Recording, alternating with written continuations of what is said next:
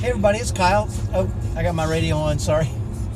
Listening to Justin Timberlake this morning. Today I wanted to tell you about a road rage incident that really changed me. Deeply changed me forever in a lot of great ways. And hopefully it can help you start to look at how you manage yourself too. And it kind of went like this. So one morning I was taking my kids to school. And where I used to live, as you dropped your kids off for school, there's a four-way stop that comes together like this. And I came to the four-way stop, and a fellow who was turning left and me came to the same stop, and I was on the right-hand side, and we stopped at about the exact same time. And the law says if two people come to a four-way stop at the same time, then the person on the right goes the first, and I was on the right, and I was going straight. So I went ahead and went first. And little did I know that the guy thought, I guess he was there first. And he came around the corner. He was in a big truck. And came up, and I could see him in my rear view mirror. He went furious. He was going crazy. This was a serious case of road rage this guy was having. And I thought to myself, you know, initially I got mad because I didn't do anything wrong, right? How dare you get all mad at me when I didn't even do anything wrong? I had the right of way. I mean, the guy on the right goes first. It's the law. And I was getting mad, and I could feel myself starting to heat up. And I'm not a small man, and I'm not afraid of confrontation. So that part of me started to really grow, and for some reason, I checked myself for just a moment, and I thought, and I could see him back there getting madder and madder and madder, and I thought, well, you know, what if I wasn't there first?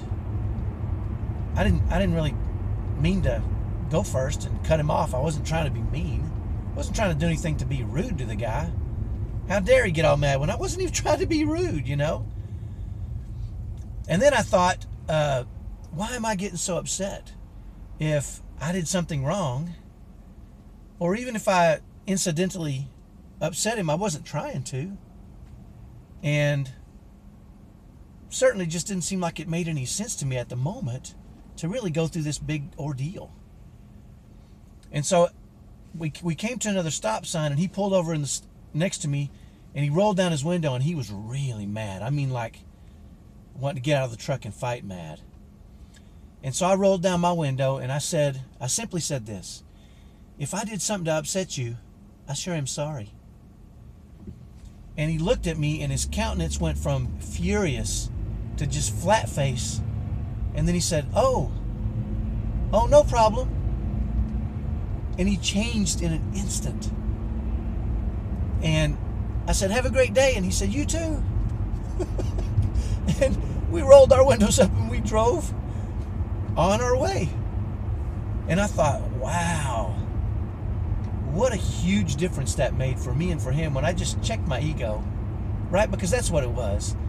I was defending my ego. Where I grew up, you defended your ego, and you defended yourself at all costs, whether you were wrong or not, and a lot of times it was through violence.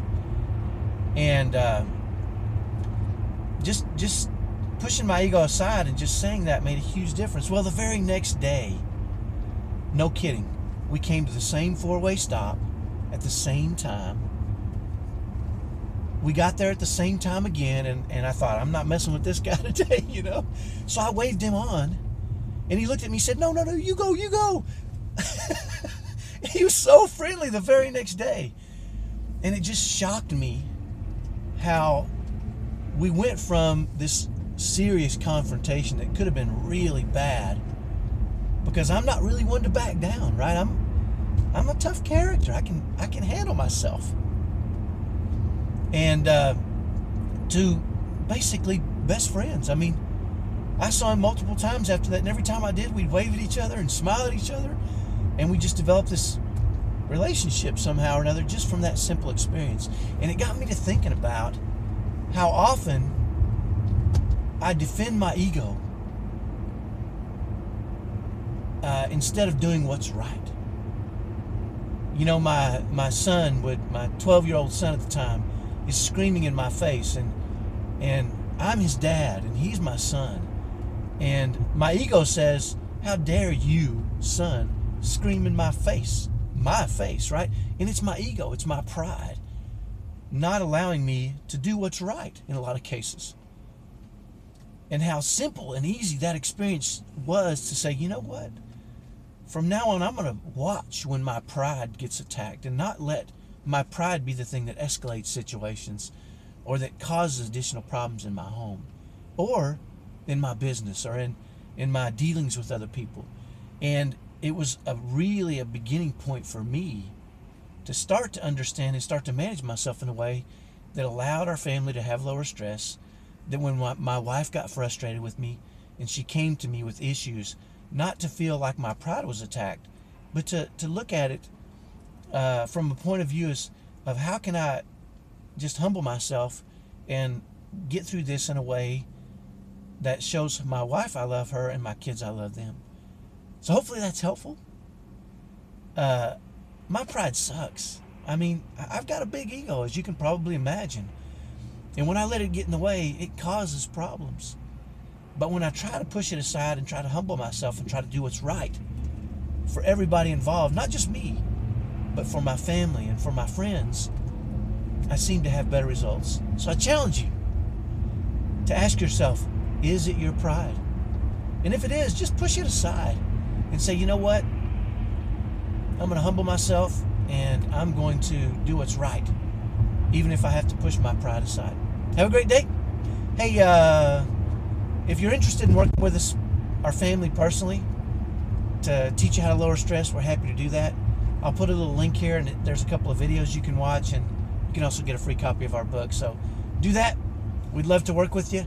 We're helping a lot of families, and we're excited about seeing their results, and we'd be excited about seeing your results too. Have a great day. Talk to you later. Bye-bye.